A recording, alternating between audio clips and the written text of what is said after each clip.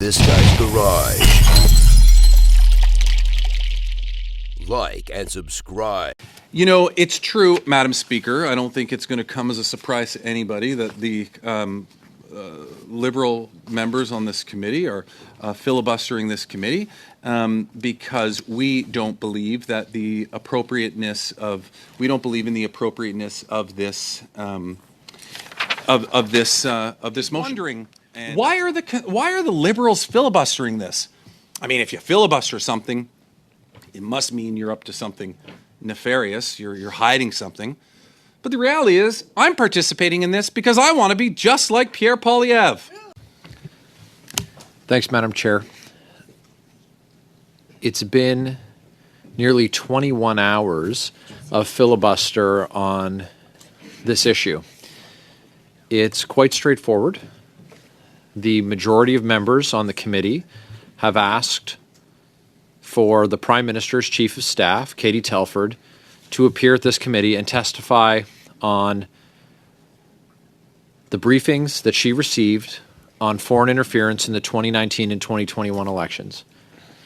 Now, this request from opposition members was precipitated by reporting in Global News and the Globe and Mail based on their sources with the Canadian Security Intelligence Service that detail the attempts of the communist regime in Beijing to funnel money and influence and resources into specific ridings that they were targeted to affect the outcomes of our democratic processes. This is obviously unacceptable that a foreign state would engage in that. Conservatives have called for an open, public, transparent inquiry, and concurrently with that, we're looking for the most senior, non-elected person who works in this place, the right hand to the Prime Minister who received those briefings, his Chief of Staff. This is the same person that the Prime Minister has said to have told members of his caucus that if you're talking to her, it's the same as talking to him. But we're going to eclipse the 24-hour mark in this filibuster today, likely, and Canadians want that cover-up to end. They want the filibuster to end. We should vote on the sub-amendments and the amendments, vote on the main motion. As I often will tell my children, just because you get your say doesn't mean you get your way. And I think that we've seen over 20-plus hours that everyone has had the opportunity to get their say. I won't go over 2 minutes and 30 seconds with this intervention because I think all that needs to have been said has been said. Let's get to a vote. Here, here. Here, here. Thank you, Mr. Barrett. Madame Normandin. Merci beaucoup, Madame la Présidente. Thank you very much, Madam Chair. I don't intend to take a lot of time because I am also part of those who would like for us to move to a vote. But I would still like to come back to certain comments that I heard today. I think it's relevant to do that in order to reframe the debate. One of the things that I heard a lot today, and which I find confusing, is that NSICOP is the best forum to do the work, as though we needed to put in opposition the work of NSICOP and an independent inquiry and PROC. There doesn't need to be opposition between these three entities. This work could be complementary. Here we're debating Katie Telford so that she can come testify on what she knew and what she did with what she knew. Some mentioned this today, that it wouldn't be her first time testifying. She came when there was the cases of sexual misconduct in the Department of Defense, and she testified on Jonathan Vance. And you might remember she mentioned that she had not advised the Prime Minister of the information that she had received.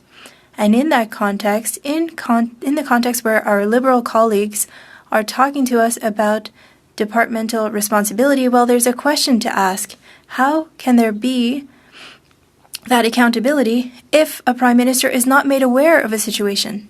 That in itself raises questions, and that justifies that we invite Ms. Telford, because there are two reasons for this. Either the prime minister knew what happened, and so the actions taken are problematic, and then we could invoke departmental accountability. But if the prime minister didn't know, well then we have to examine issues of internal governance. And in both cases, it is important to shed a light on what happened, and that's the goal of having a public inquiry, so that we could change our way of doing things in the future. The idea here is to shed a light on any shortcomings that could have occurred so that these mistakes aren't made again. Unfortunately, what we're seeing now is that it takes media coverage, it takes news for things to move. For example, the Chinese police stations. We're seeing more and more information on this, and we're seeing different levels of government that are working so that these police stations can no longer be funded. Well, it's important to shed a light on what's happening. That way, there's an obligation for us to act, because if it stays secret, well then, nothing will be done, as was the case in 2019 and 2021. We have information that needs to be validated. And for partisanship now, that's the other argument that we've heard, that the opposition is playing cheap political games. I would say that it's the opposite, actually, that is true. And I just want to highlight the Conservatives' position. I don't always agree with their way of doing things, which is a bit more abrasive than what I prefer, but it's at the end of the day a matter of taste. But they are for a public inquiry, and I heard a bunch of arguments on a public inquiry.